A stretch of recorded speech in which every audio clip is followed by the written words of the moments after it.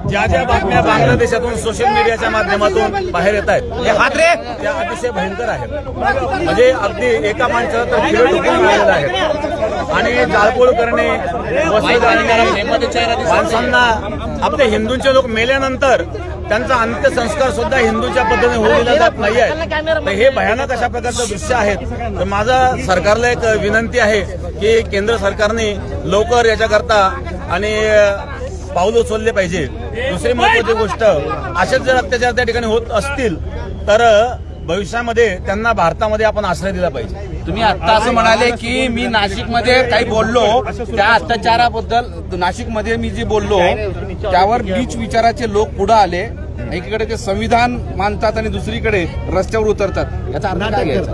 याचा अर्थ असा आहे की तुम्ही एकीकडे संविधान दाखवतायत आणि दुसरीकडे मोठे मोठे मोर्चे काढून शीर्तनशे जुदा नारे लावतायत.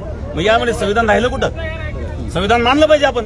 एकीकडे संविधान म्हणायचं, दुसरीकडे धिंगाणा घालायचा, जाळपोळ करायची, हे चुकीचं आहे. पण बांगलादेशच्या त्याच पंतप्रधानांना आधीच्या शेख हसीनांना भारतात आश्रय दिलेला आहे. आपण भारतात आश्रय दिला. एवढंच नाही, भारताने त्यांच्यावर जे अन्याय केले, पाकिस्तानने जे अन्याय केले, भारताने त्यावेळेस त्यांना सांभाळलं. एवढंच नाही, या इस्कॉन मंदिराने कोरोना काळामध्ये त्यांना भोजन घातलं.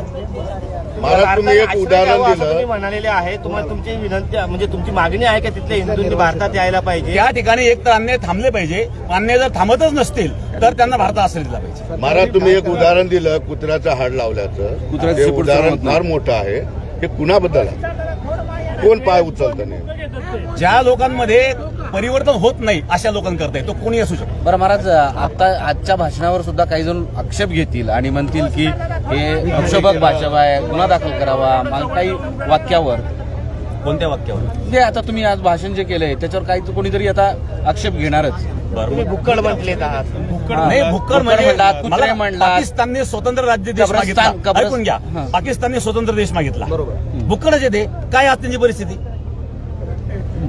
बांगलादेश भुक्कड आहे. भुक्कड नाही तर मी बांगलादेश आणि पाकिस्तानला म्हणतो भुक्कड. कुत्रे सुद्धा आम्ही वापरला, कारण कुत्र्यामध्ये कुठल्या बदल होत नाही. अशा लोकांमध्ये जर बदल होत नसेल तो कोणत्या धर्माचा असेल, आम्ही धर्माबद्दल बोललेलो नाही, तो कोणत्या धर्माचा असेल, कुत्र्यासारखा जर बदल होत नसेल. कब्रस्तान का जमिनी हडपणे आतापर्यंत जमिनी हडप करण्याचा प्रयत्न ज्या झालेले आहेत त्या विषयावर आम्ही बोलतो. वक्फ बोर्डावर पण तुम्ही बोलला.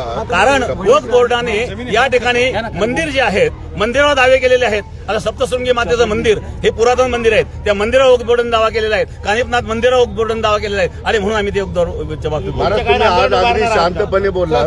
तुम्हाला पोलिसांनी नोटीस दिल्याचा परिणाम आहे? पोलिसांनी कुठे नोटीस दिली? पोलिसांना नोटीस दिल्याचा दावा केला.